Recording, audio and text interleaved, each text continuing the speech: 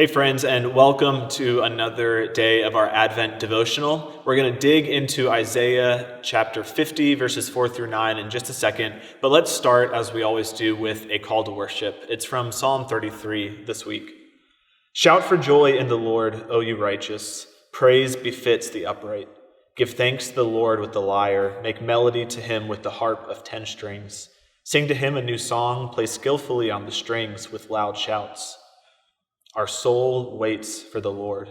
He is our help and our shield, for our heart is glad in him, because we trust in his holy name. Let your steadfast love, O Lord, be upon us, even as we hope in you. And this call to worship is especially fitting for this week because we're thinking about this theme of longing or of expectation. Last week we looked at remembering. This week, what are we looking forward to? And we're looking at these different portraits in Isaiah of this servant, one who is to come to do a number of things. And so today, I want us to think about, as we read Isaiah 50, verses 4 through 9, what words are used to describe us and what are we looking forward to? So let's read Isaiah 50, verses 4 through 9. The Lord God has given me the tongue of those who are taught, that I may know how to sustain with the word him who is weary. Morning by morning he awakens my ear to hear as those who are taught.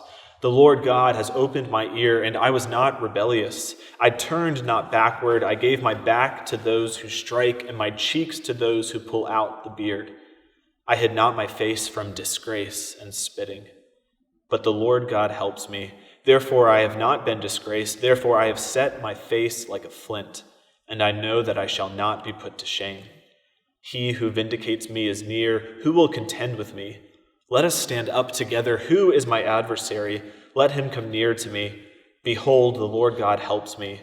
Who will declare me guilty? Behold, all of them will wear out like a garment. The moth will eat them up. And so did you catch the glimpse of us? Look back at verse 4. It says that the Lord God has given me the tongue of those who are taught, and here we are, that I may know how to sustain with the word him who is weary. Him who is weary. I wonder what weariness looks like for you this year or in this season.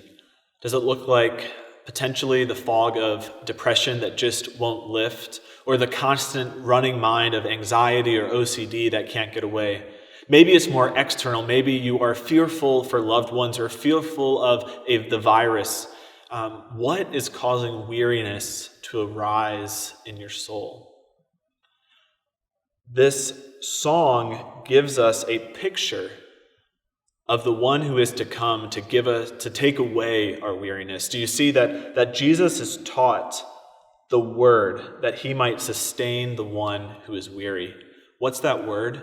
Well, Jesus speaks it in Matthew 11:28. He says, "Come to me, all who labor and are heavy laden, and I will give you rest." Because you see, the only way Jesus can promise rest for those who are weary is from this Isaiah song that tells us that he took war and pain upon himself that we might be free from it. Again and again, it talks about how Jesus gave his back to those who strike, his cheeks to those who pull out the beard. He refused to hide his face from the spit of his enemies. He set his face like flint for the joy that was set before him, the joy of entering into his Father's rest with you and with me. And so today, whatever your weariness looks like, I encourage you to focus your eyes on Jesus, who promises to bring you a word to rescue you from that weariness. Indeed, friends, Jesus has already come and he promises to come again. We can have rest from our weariness as we look to him.